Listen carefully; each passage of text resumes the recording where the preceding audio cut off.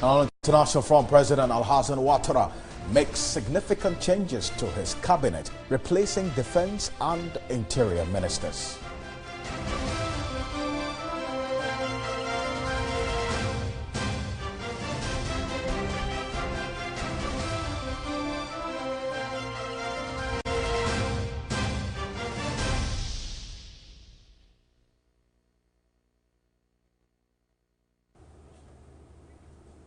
We've got the details of these stories for you, as well as the very latest from the world of sports and entertainment here on News360. Remember, streaming live on 3news.com as well as TV3 Ghana on Facebook. And here's where we start off this evening. An Accra District Court has remanded into prison custody the 19 persons accused of the murder of Major Maxwell Mahama. The court upheld security reasons given by the prosecution for which they should be remanded. Here's a report by Komla Kluche.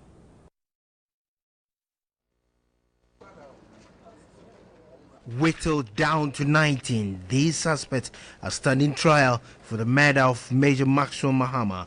One thing has run throughout: their love for scriptures and religious books while in custody. Even in court, their family gripped onto what appears to be their hope.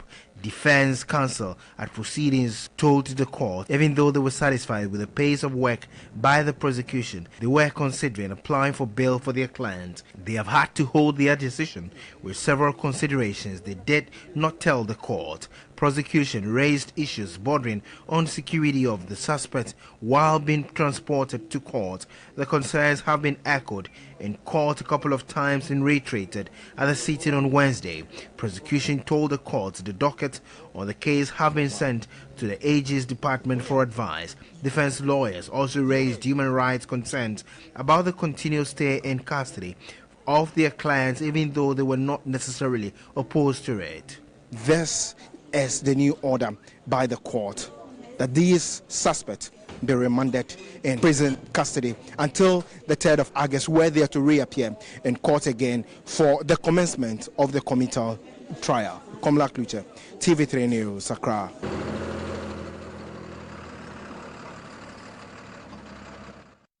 Away from the course, the former deputy coordinator of the National Youth and Employment Program, Jacob Adongo, has told an Accra High Court a raid by IOCO at the offices could be a grand scheme by some state actors to deny officials relevant documents to assist the court in the trial. He stressed the case was made up to deny the accused persons a fair trial.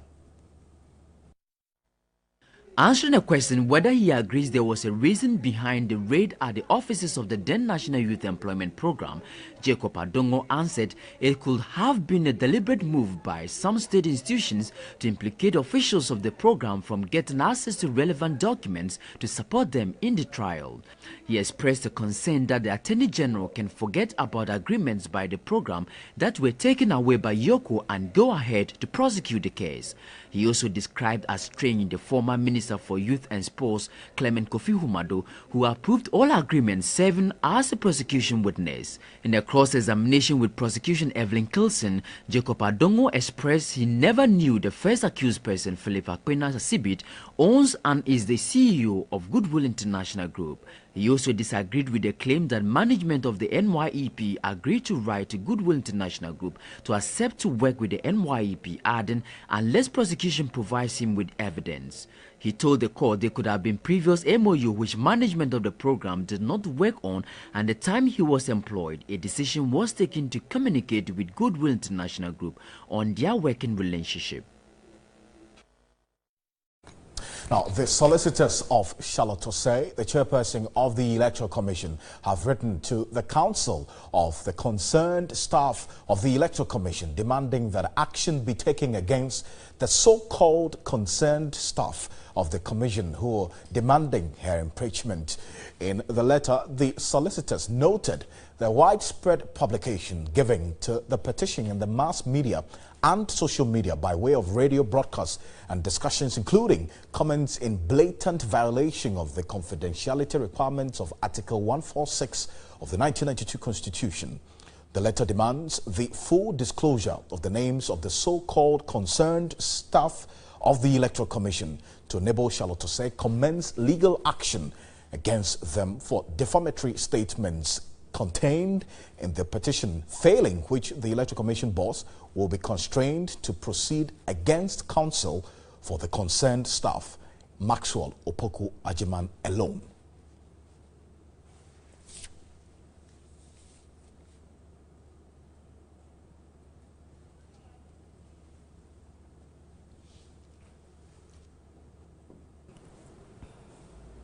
So the concerned staff of the Electoral Commission are saying that chairperson of the EC, Charlotte Osei, has lost popularity and is not in touch, in fact, with the staff of the Commission. They've raised certain allegations against her, which you can see here on the screen: breach of procurement laws, saying that she was practicing sole sourcing, and she is alleged to have handedly engaged in the following: awarded a $2,500 contract to a South African company, Kaza Limited, to redesign the Commission's logo, which, if you can recall, raised a lot of concern amongst Ghanaians when they thought that the Commission should have, in fact, invested the money in other more profitable ventures at the time. Also abrogated a contract with Supertech Limited, STL, renegotiated the same contract and rewarded it at a higher fee. And this fee that she was said to have rewarded it is actually $21,999,592. And also she's been alleged to have submitted an estimate of over 1 million Ghana cedi for the renovation of her residence. In addition to that, they have further gone on to say that she's said to have engaged in acts that have a conflict of interest, particularly chairing the entity tender committee and at the same time the tender review committee of the Commission. And she's alleged to have handedly petitioned Yoko on the alleged misappropriation of the Staff Endowment Fund, which we can all recall was not too long ago. They've further gone on to describe her act as a one-woman show, saying that she has lost touch with the staff of the Commission. Alfred, you're taking this discussion further.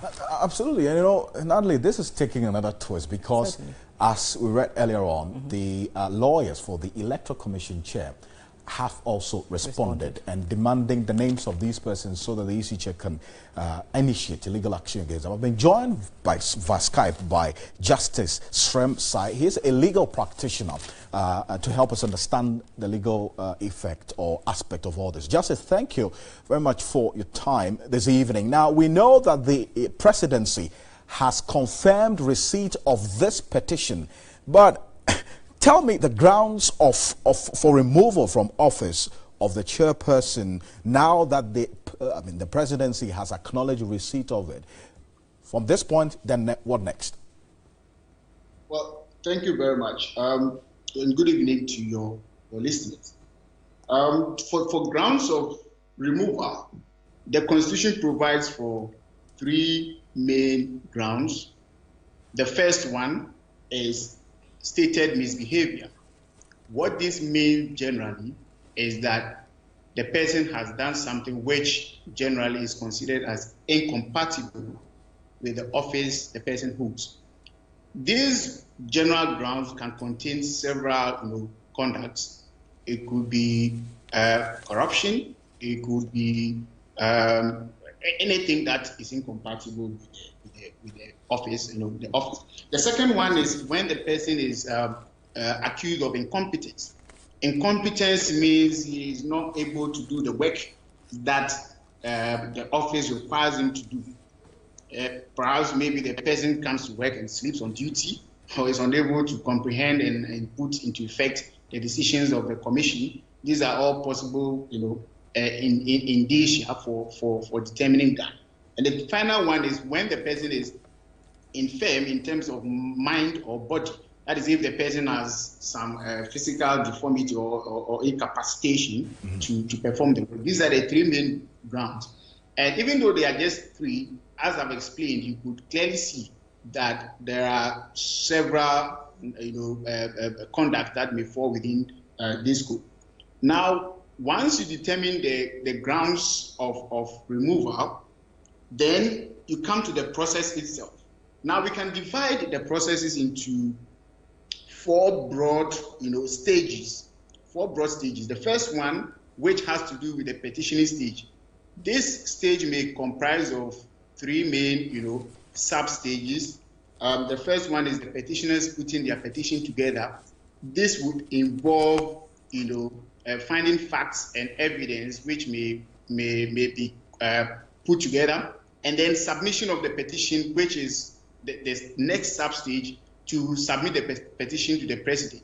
Now, when the president receives this petition, he then is required under the Constitution to refer the petition to the Chief Justice.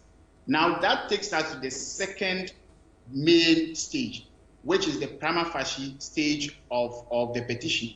Now, what happens here is the Chief Justice would look at the petition with all the evidence involved and would determine if there is sufficient questions raised by the petitioners against the accused person, in this case, the Electoral Commission or the chairperson of the Electoral Commission. Now, in determining this, the Chief Justice would have to look at several factors. For example, are the issues or the issues raised in the petition, are they backed by some facts? Here, the Chief Justice is not to determine whether the facts are true or not, but the question is, do they raise enough suspicion? And for example, another thing that the Chief Justice may have to consider is, who are these petitioners and what they are saying? Are they really existing? Are these human beings that we can point to? So these are some of the things that the Chief Justice would have to consider. But at this stage, a conclusive, decision will not be made whether the accusations are true. Now, this takes us to the third stage, which is the committee stage. Let me call it that way. Now, the committee stage, what it means is that the Chief Justice would form a 5-member committee. Now, this 5-member committee, the Constitution specifies the kind of persons that will be part of this committee. For example, so there are 3 justices of the Superior Courts, which means that any justice from the High Court, the Court of Appeal, or the Supreme Court would be part of this committee. Then 2 other persons who should not, the Constitution specifies that they should not be members of Parliament, they should not be members of Council of State, and they should also not be lawyers. So these 2 people will be added to the 3 judges to determine the veracity of the petition. And at this stage, this is where we see whether or not you want to say something. Yes, I wanted to just make the point, because all these 3 stages you've outlined actually borders on some of the points that Teddy Sorry, who is a lawyer for Charlotte Osei, has raised in a statement which I have a copy of. Point 4 of that statement, and I'm aware that you do have that statement, and point 4 borders on the confidentiality of Article 146 of the 1992 Constitution, which borders on this process of petitioning someone in the capacity of the chairperson of the Electoral Commission. Now, how potent an argument can the lawyers of the EC chair raise about the issue of confidentiality, raising the concern that this has actually been a media discussion, as we're even having now, where it's being discussed in the media and people have made some derogatory statements about the Electoral Commissioner? How much of a potent argument can they make against the petitioners? Well, I think we've been on this road before. If you remember, there was when the announced when Tiger Eye case was there. We've been here before, where the matter was in the media, and the question, I think, went before the Supreme Court to decide whether the matter, which is supposed to be in camera, having been placed before the general public, could nullify the entire proceedings so that there cannot be any effective, hearing of the matter. And I think, if my memory serves me right, the position was that indeed it is not unconstitutional or illegal to make the accusation public, but that, of course, would not in any way mean that then the hearing or the decision on the matter cannot be taken. So indeed, it's true that the petition ought to be heard in camera, which also means that then the evidence and allegation ought not be in public. But let's admit one thing. We are running a democracy, you understand? And all these people involved are taxpayers, taxpayers' money, and the taxpayer is entitled to know what is going on. So I do not think, and I won't say that my learned senior's point necessarily is that the matter should not be in the public. But he has a very genuine concern, which is that now you are saying a couple of things about my clients, which may or may not be true. And it is difficult to say that something which is not true cannot harm the person. So it is a genuine point my senior is raising, but I doubt if that point may be interpreted to mean that then the hearing cannot be possible. I don't think that is what my learned senior is saying. Now back to the issue of the stages. So once the committee considers the petition, now at this point, which you admit will be heard in camera, the parties will be called. The petitioners will have to come and prove their case against the accused person, and the accused person is entitled to counsel and also entitled to defend herself and explain away some of the accusation. And so let's assume that this is a court hearing. So the plaintiff will be called to make their case. The defendant will also be called to make their case. Then the committee will now decide whether or not accusations are founded. So they may come to one of two decisions. Is it founded or is it not founded? If it is not founded, they will make a recommendation to the Chief Justice, who would then forward the recommendation to the President. And the President, according to the Constitution, is bound by the recommendation, is bound to go by the recommendation. So in the event, should find out that the allegations are founded, and then their recommendation be that the person be suspended or removed, the President is bound to go by that. Go ahead with that. Thank you. Justice Ramsay, I'm grateful for your time as always. He is a legal practitioner helping us with legal understanding of this. Still remains an allegation must be proven beyond reasonable doubt. News 360 Skype interview is brought to you by MTN. Everywhere you go.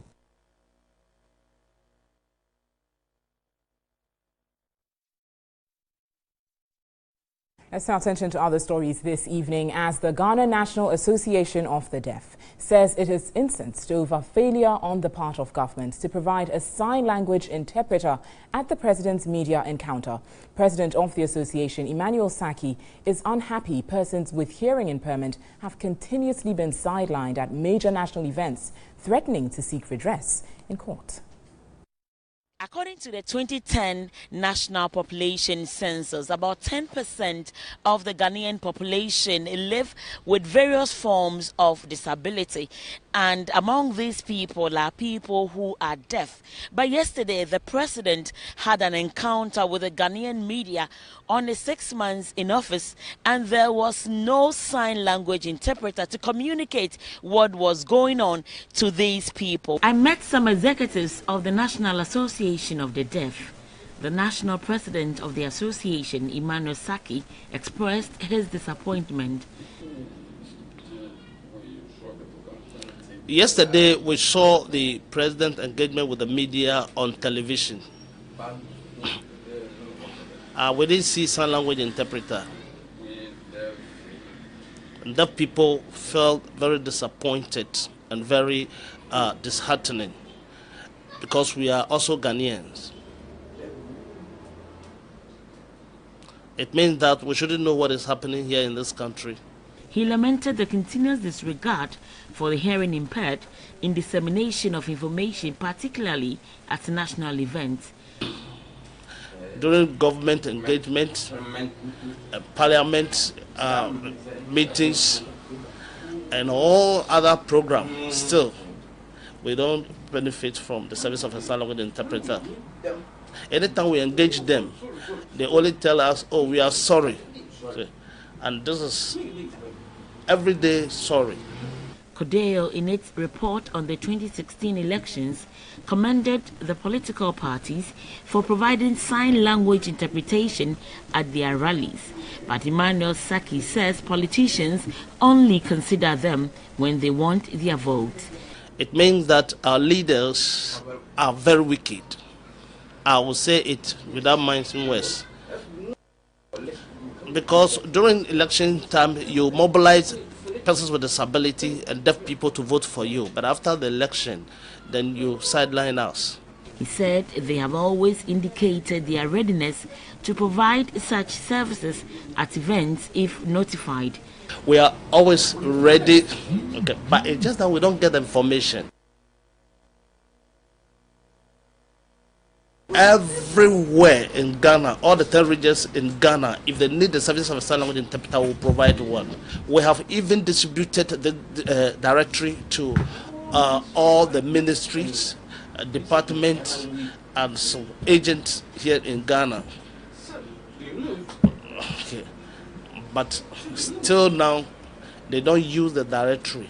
The Deputy Minister of Information, Perry Kujeto, was unaware of the situation. What I know is that it is standard practice, so I'm actually surprised that it was not done. But I don't know about the sign language interpreter being present inside the hall at the encounter. What I know is that the national broadcaster finds a way of getting the sign language interpreter to do it. He indicated the government will pay particular attention in making provision for them going forward. It is something that we'll take on board as government. If it is something that must be done at all public events, we will take it on board and it will be discussed at the very highest level.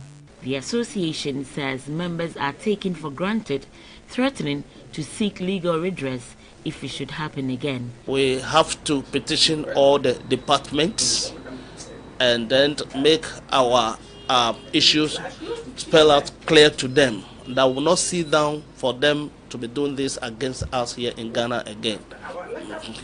After we have petitioned all the duty bearers, okay, and we still continue doing that against us, then we will seek justice in the law court. He commended TV3 for highlighting issues on persons with disabilities. Now, the West African Examinations Council, WAEC, has withheld the entire results of candidates from 185 schools pending the conclusion of investigations into the various cases of examination malpractice detected during and after the conduct of the examinations. A statement signed by the head of public relations of WAEC, Agnes Tekujo, indicated results of candidates from 31 schools were detected by the Item Differential Profiles IDP software to have cheated in the objectives. The withheld results of the candidates will be cancelled if found culpable or released if otherwise. A total of 28,210 candidates entered for the examinations.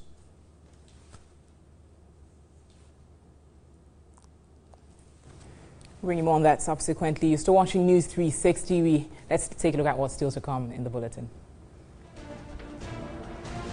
We bring you a story from the Veterinary where pet lovers contemplate whether or not to agree to have their dogs admitted.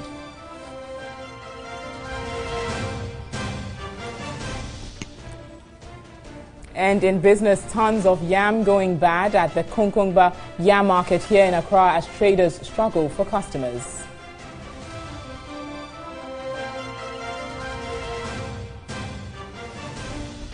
And on the international front, President Al-Hassan Ouattara makes significant changes to his cabinet, replacing defense and interior ministers.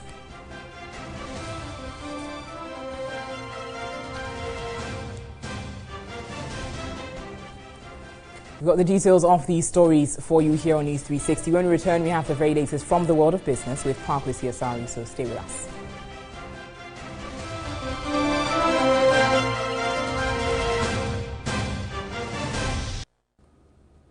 Hello, good evening and welcome to the very latest in the world of business. My name is Parkwesi Asari. Now, tons of yam are going bad at the Konkongba yam market here in Accra as traders have difficulty finding buyers. Our reporter Etunam Say reports prices have been reduced drastically as traders have to strategize to stay in business. This is the Konkongba yam market, the nerve center for yam trade in Accra. The market on a normal day bustles with trading activities. Today, the picture is different. The market is choked with truckloads of yam, most of which are going bad. 33-year-old James Kowin is a yam trader. He tells me his truckload of yams arrived some 2 months ago, and about 60% of the tubers has gone bad because there is currently no ready market. You count the yam down. Normally, it's supposed to have, let's say a day, I'm supposed to have sell 3,000 tubers of yams. But these days, if you count 500, you can't sell it. The traders have resorted to reducing the price to salvage the situation. Let me take you through briefly. This is ponjo. Last year around this time, it was going for 20 Ghana cedis. As we speak, this ponjo is going for 5 Ghana cedis. You can see it is going bad. We also have puna. Puna was also going for 20 Ghana cedis. As we speak, this tuber of yam is going for 5 Ghana cedis. Obviously, the market is not good, and traders are worried. All the varieties, alaba, ponjo, puna, nyaminti, asana, manchis, also known as water yam, are available. Even the most preferred puna is in low demand. Like this, if you count 100 tubers, normally you get 1,500. But this year, if you count this one, if you are lucky, you get 600 or 500. In Ghana and also across West Africa, yam is a staple food, but surplus produce is processed into starch for industrial and other uses. Many yam farmers derive income also through its export. Ghana is currently the world's largest exporter of yams and exports about 94% of its produce, according to the Trade Ministry. But 30-year-old Bakinyako is worried many of his colleagues can no longer export. We used to transport our yams by sea, but we are told a new directive from government is strict on ensuring that all exports are done by air. Recent trends in global food markets indicate that unless serious attention is given to post-harvest losses, the possibility of feeding over 9 billion people in 2020 and beyond is shrouded in uncertainty. This attention is even more crucial in developing countries where post-harvest losses are high. Traders here tell me about 70% of their investments have gone down the drain as there are no storage facilities at the yam producing centers as well as the market centers. So until these traders get buyers, the tonnage of every single truckload will perish, leaving traders with little or nothing to go home with. For TV3 News, Etonam Same, Kokomba Yam Market, Accra. And here in the studios of TV3, my name is Pa Kwesi Asare. In other news, the Ghana Revenue Authority has initiated an electronic health management information system to help staff of the authority to get quick access to personal health records. The web-enabled system provides customized services for staff health providers and insurance companies. The Electronic Health Management Information System captures medical and lab results, prescriptions and appointments of staff. These are made available on demand by the staff or health professionals through the web-based platform. This is expected to replace the paper data system and reduce errors in medical decisions, especially during emergencies. According to the GRA, this is expected to translate into increased productivity at the workplace. The focus is to build on the capacity of the human resource, not only financially, but spiritually and emotionally and physically. And to that extent, there's the need to give impetus to any action that will inure to the benefit of the staff and make him satisfied and be happy that he works in an environment where his interest at the individual level is key. Technical partners of the GRA, GCNet, is responsible for deploying the e-solution platform in a public-private partnership with the GRA and GIZ. The managing director of GCNet, Alvin Hugel, says the platform offers major opportunities for diagnosis, surgery and medical follow-ups. We have helped the GRA to actually build the electronic health management information system, and we are also hosting the application at the data center in GCNet so that everybody can use and utilize it now.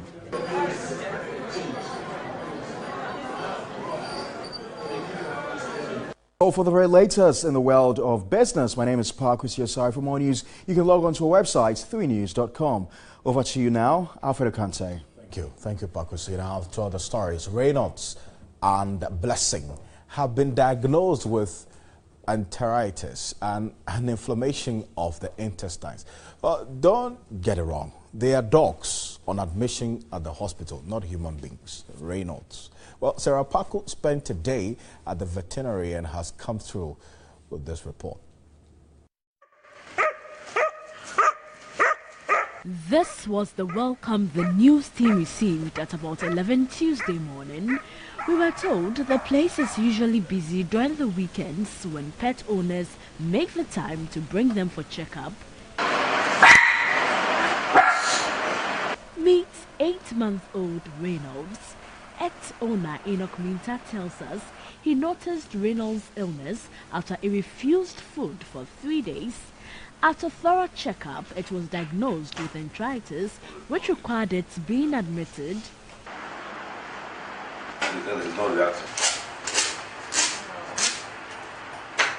Enoch is undecided on leaving his pet at the hospital for 2 days. You can feel the connection between me and the dog. So it's really special to me. Sometimes we do play soccer, sometimes we take him on a normal jogging walk. Blessing is a security dog. It also has an inflammation of the small intestine. It has just been put on a drip, and within a few minutes, it's already fit to go home. I like my pets too much. If they are not there, I can feel up. They are my security people.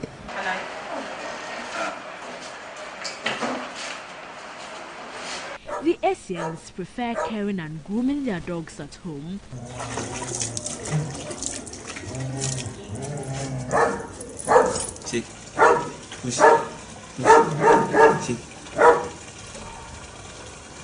Executive Medical Director at the Veterinary Hospital, Dr. Amachi Eni, says the number of pet owners bringing their pets to the facility in recent time is on the increase.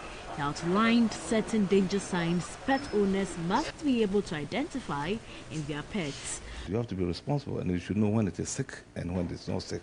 But when it is sick, if you want to give it food, it won't eat. Sometimes it won't even take water, and you can see from the coat that is not looking that kind of shiny. You can see that. But there are some who are playful, but if it is extra wide, it means that to start chasing things around or something, which is not normal.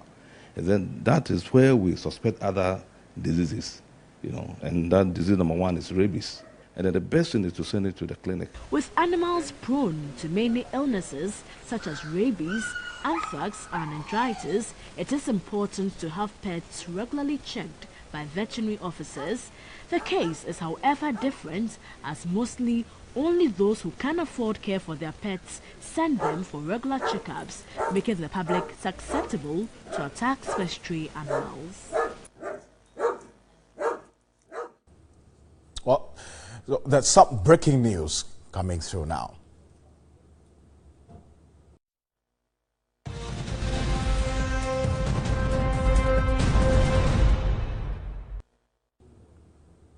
The breaking news this evening, the Takwa police station and officers there have arrested 10 Chinese nationals suspected to be engaged in illegal mining.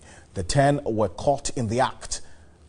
Their site at Efua Inter-Kamponase opposite Takwa Senior High School at the Takwa Nsoem Municipality or the Municipal Assembly in the Western Region. They were arrested on Wednesday afternoon following a tip-off by a group called Volunteers Against Illegal Mining, who have been employed under the Ministry for Lands and Natural Resources. So that's what you see on your screens. The Deputy Minister for Lands and Natural Resources, Benito Subio, had to leave a national stakeholders forum at the University of Mines and Technology at Takwa to see to the situation.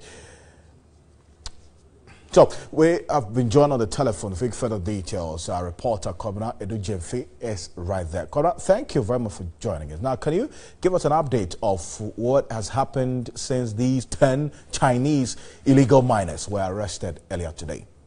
Yeah, all right. Thank you very much, Alfred. Now, let me first of all start by saying that the Ministry of Lands and Natural Resources today started a stakeholders meeting, that is a validation workshop on the multilateral mining integrated.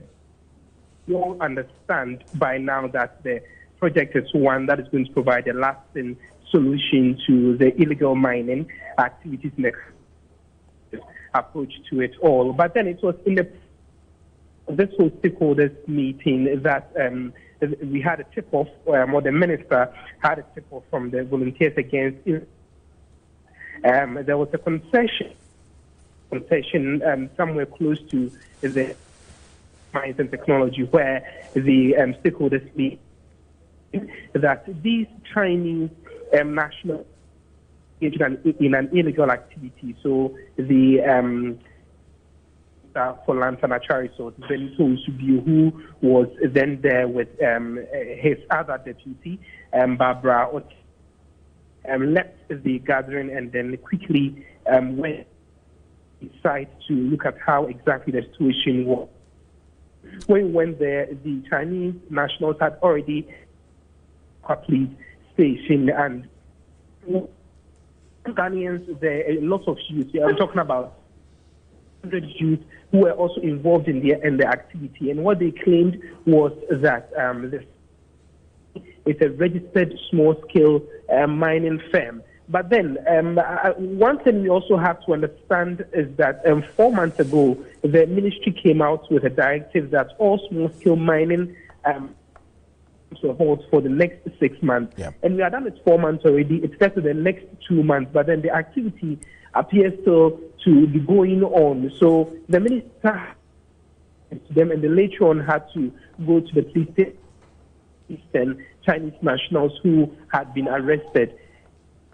Some of them claim that they are tourists in the country and that they are not engaged in any illegal mining activity as alleged to be part of. And one of them also told us that he has been contracted by a Ghanaian allergy activity for them. So the minister has also assured us that, well, because of their nationality, they have to go through immigration. So they have to be transferred to Accra for. Okay, Governor, thank you very much for this update. So this happened earlier today, and this is the information. They say they are tourists and not illegal miners. I'm sure investigations will prove otherwise, if that is the case. We'll be back with some more stories. To stay.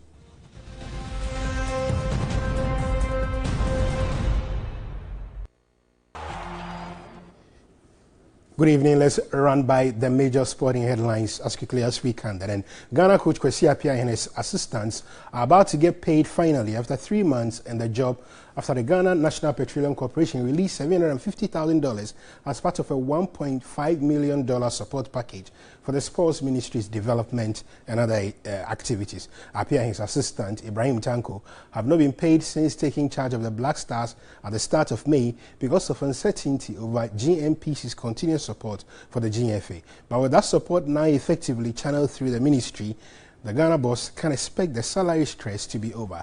There had been considerable pressure on the ministry to settle the outstanding salary issues, but the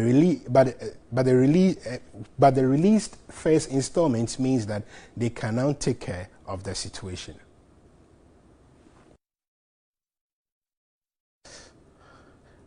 And the family and Kumasi Asante Kotoko have been marking the 1 week celebration of his equipment officer, Kofi Asare, after the tragic accident that claimed his life. Asare was the only casualty from the accident that occurred as Kotoko traveled back to Kumasi after a league game in Accra. The club's coach Steve Polaka and his assistant Gordon Ablodi remained in hospital after a week after the accident, but conversation has already turned to when the Porcupine Warriors will be ready to play again. Players of the club, Eric Donko and Isaac Amwaku, say it is too early for that conversation. Meanwhile, the equipment officer, Kofi Asare, will be buried on the 27th of July.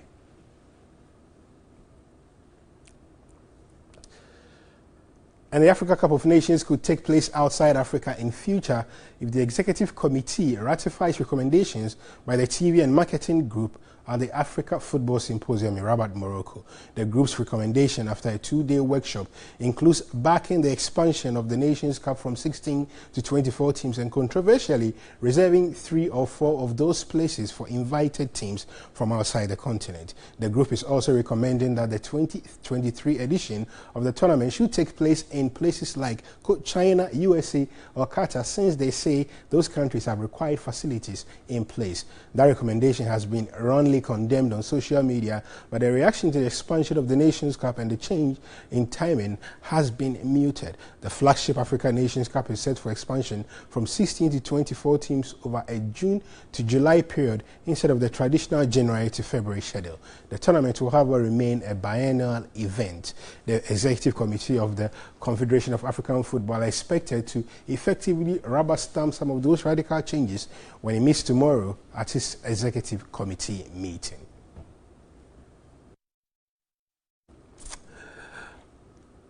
Let's catch up on the frenzied world of football transfers and rumors, and we begin with news that Chelsea has agreed a fee for Real Madrid striker Alvaro Morata in the region of 70 million euros. The Spaniard will become the club's record signing if he agrees personal terms and passes a medical, the club said in a statement. In other news, Sergio Aguero is staying at Manchester City. The Argentine, who has 122 Premier League goals, has been linked in the last week with a move to Chelsea, but City boss Pep Guardiola says he will remain a City player.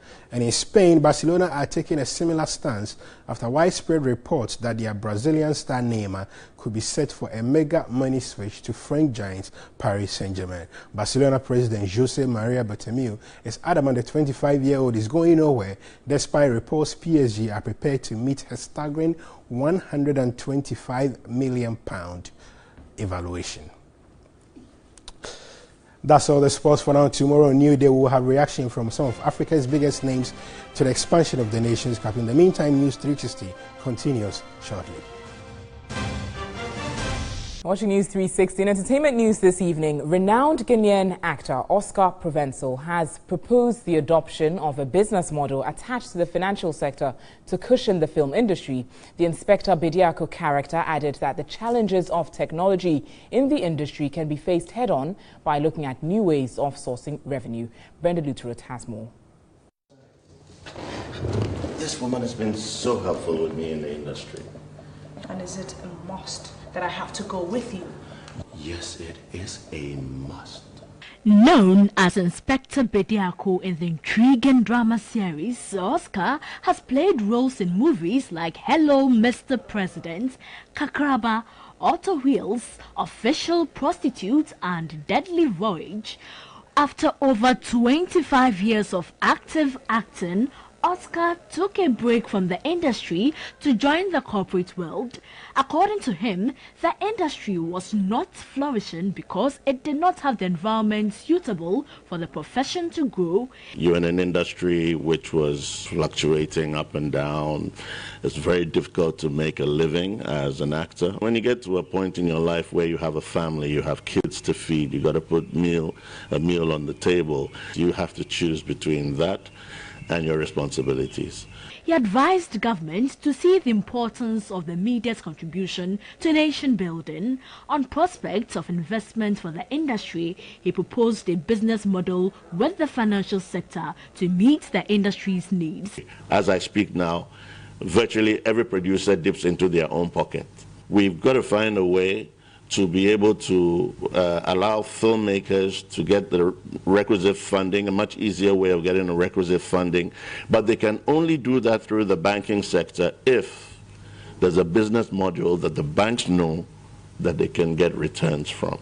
Speaking on actors displaying nudity, the former board member for the Copyright Society of Ghana advised Ghanaians to change the negative narrative. There was a time women used to cover themselves. Now they show their cleavage. It got to a time they started doing I'm aware. We need to sit back as a nation and ask ourselves, where do we want our society to be 20, 30, 50 years down the line? He admonished the current crop of actors to leverage the opportunities available to them. The former executive welfare officer of the Ghana Actors Guild hinted of plans to bring drama series Inspector Bediako back on screens to educate society on issues of crime and indiscipline and the need to respect the security agencies. That was Ghana's... Good points made there by Inspector Bediako. Ghana's CSI. I saw that. Great absolutely, but thank you for staying with us here on News 360. My name is Alfred Akonse. And I'm Natalie Fort. We have more news on our website, 3news.com. Remember that News at 10 this evening will simulcast on 3FM 92.7. Next is Tashan. Have a wonderful evening.